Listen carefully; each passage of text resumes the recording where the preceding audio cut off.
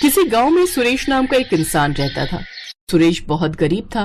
वो अपनी मिट्टी के छोटे से घर में अपनी पत्नी सुशीला और अपने 10 साल के बच्चे पवन के साथ रहता था। वो किसी तरह मेहनत मजदूरी करके अपना घर चलाता था। अरे बिहारी चाचा, हमने तो सोचा था कोई लंबा काम होगा, लेकिन ये भी सिर्फ एक हफ्ते का ही काम था। आज 7वां दिन है। आज सबकी पेमेंट मिल जाएगी, फिर कल नया काम ढूंढना पड़ेगा। अब क्या कर सकते हैं सुरेश बेटा, हम मजदूरों की यही जिंदगी है।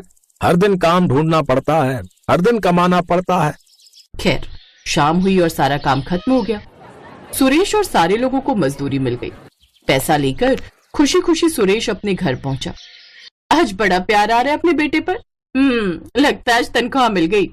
हाँ सुशीला, तुमने बिल्कुल सही कहा।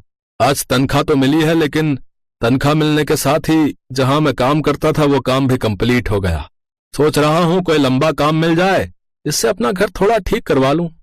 मैं तो कितने दिनों से आपसे कह रही हूँ कि घर ठीक करवा लो। गांव में सबके घर पक्के बन चुके हैं, सिर्फ हमारा ही एक छोटा सा मकान मिट्टी का बना हुआ है। बारिश शुरू हो गई है, कब ढह जाए इसका कोई भरोसा नहीं। बस इसी बात का डर तो मुझे भी हमेशा रहता है सुशीला। इसीलिए मैं दिन रात मेहनत किया करता हूँ ताकि किसी तरह अपना घर बनवा सकूं। अगले दिन सुबह सुबह सारे मजदूर काम ढूंढने के लिए एक जगह पर खड़े थे। वहीं पर सुरेश भी खड़ा था और काम की तलाश में था। इस बार कोई लंबा काम मिल जाए ताकि बार बार काम ढूंढना ना पड़े। लेकिन वो कहते हैं ना, कुछ अच्छा होने से पहले बहुत बुरा जरूर होता है। सुबह सुबह बहुत तेज बारिश होने लगी। सुरेश को अपने घर की चिंता सताने लगी। सुरेश भागकर तुरंत अपने घर चला गया, लेकिन घर जाकर देखा तो उसका मिट्टी का पूरा घर ढह चुका था। सुशीला और पवन रो रहे थे। पापा, हमारा घर टूट गया। हम लोगों ने अपना घर बहुत संभालने की कोशिश की, पर तूफान बारिश से अपने घर को नहीं बचा पाए। अब हम कहाँ रहेंगे पवन के पापा?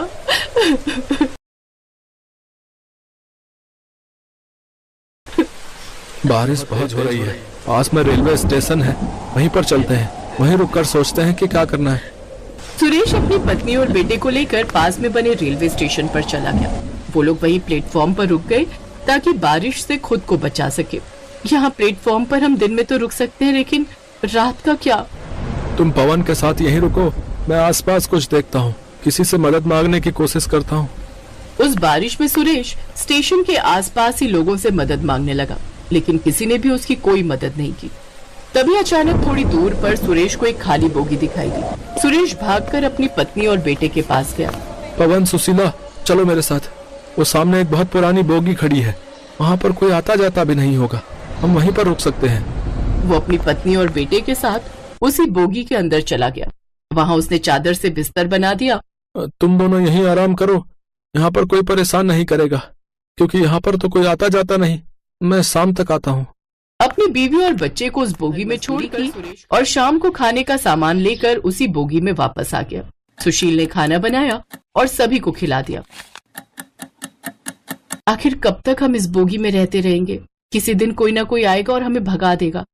चिंता मत करो सुशीला, ऊपर वाला आखिर कब तक मुसीबतें देगा? कुछ ना कुछ तो जरूर होगा। सब मुझ पर छोड़ दो। पवन बेटा सो जाओ, सुशीला तुम भी सो जाओ। पापा आप भी सो जाओ ना, आप हमारी फिक्र मत करो। सुबह फिर से आपको काम पर जाना होगा। सुशीला और पवन सो गए, लेकिन सुरेश सिर्फ सोने का नाटक कर रहा था ताकि वो दोनों सो सके। सुरेश को नींद नहीं आ रही थी। उसे बस इस बात की चिंता सता रही थी कि उसका घर टूट चुका है। अब आगे क्या होगा? सुरेश ये सब कुछ सोच ही रहा था कि तभी उसने देखा कि एक चोर भागता हुआ आ रहा था। कुछ आदमी भी उसका पीछा कर रहे थे। चोर चोर, पकड़ो इसको, पकड़ो। अरे वो चोर भागने ना पाए। ये लोग तो मेरे पीछे ही पड़ गए। ऐसा करता हूँ, इस बोगी के नीचे सारा सामान रख देता हूँ, क्योंकि यहाँ कोई आता जाता तो नहीं होगा। सन्नाटा लग रहा है यहाँ। सुबह आकर उठा लूंगा, क्योंकि अगर आगे मैं पकड़ा भी गया तो कम से कम सामान तो सुरक्षित रहेगा। उस चोर ने कपड़े की गठरी उस बोगी के नीचे छुपाकर रख दी और वहां से भाग गया। उसके पीछे कुछ आदमी थे, वो भी वहां से भाग गए, लेकिन सुरेश ने ये सब देख लिया। इस चोर ने आखिर इस बोगी के नीचे क्या छुपाया होगा? जाकर देखना पड़ेगा, कहीं कोई बम तो नहीं है। आखिर इस पोटली में ऐसा क्या होगा, देखता हूँ। सुरेश ने वो खोलकर देखी तो उसमें ढेर सारा सोना था। इतना सोना देखकर सुरेश डर गया। अरे इसमें तो ढेर सारा सोना है। ये सारा सोना तो पास वाले मंदिर का है। लगता है ये चोर दोबारा सोना लेने जरूर आएगा, पर इससे पहले मैं ये सारा सोना वापस मंदिर में जाकर रख देता हूँ। सुरेश उसी रात वो सोना लेकर पास वाले मंदिर की तरफ भागने लगा, लेकिन तभी वो चोर उसके पास आ गया। ओए, वो पोटली मुझे दे दे। कौन हो तुम?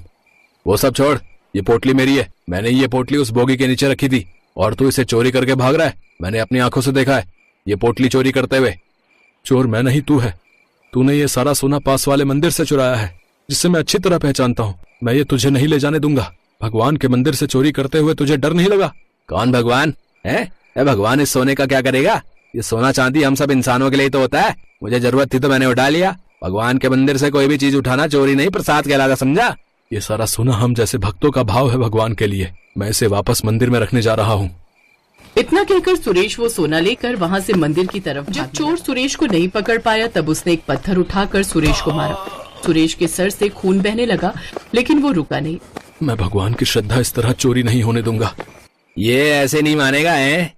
सुरेश ने भी पत्थर उठाकर चोर को मारा। चोर बेहोश हो गया। सुरेश ने पोटली उठाई और जख्मी हालत में सीधा मंदिर पहुंच गया। उसने सारा सोना मंदिर में रख दिया और बाहर से ताला लगा दिया।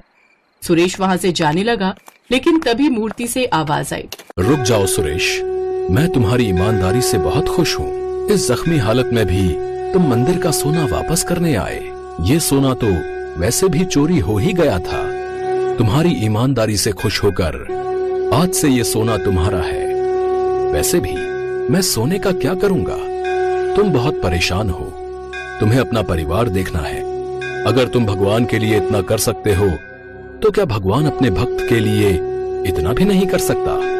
जाओ, खुश रहो। प्रभु आपने मुझे दर्शन दिए, मुझसे बात की। इससे बड़ा मेरे लिए और कुछ नहीं हो सकता, लेकिन मैं ये सोना नहीं ले सकता।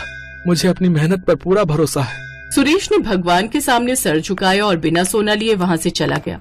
जब वो भागकर बोगी में वापस गया तो उसने देखा कि उसकी बोगी में ढेर सारा सोना इधर उधर बिखरा पड़ा था। तभी आकाशवाणी हुई। वो मंदिर वाला सोना मंदिर में ही है। यहाँ इस बोगी में जितना भी सोना है, ये सब मेरा आशीर्वाद है और तुम मेरे आशीर्वाद को ठुकरा नहीं सकते सुरेश।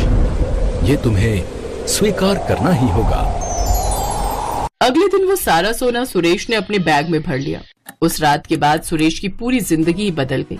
उसने अपना घर बना लिया और अपनी खुद की एक दुकान खोल ली। उसने अपने घर के बाहर एक मंदिर भी बनवाया। पापा, हमें भगवान ने कितनी तकलीफें दी, लेकिन अचानक ये सब चमत्कार कैसे हुआ?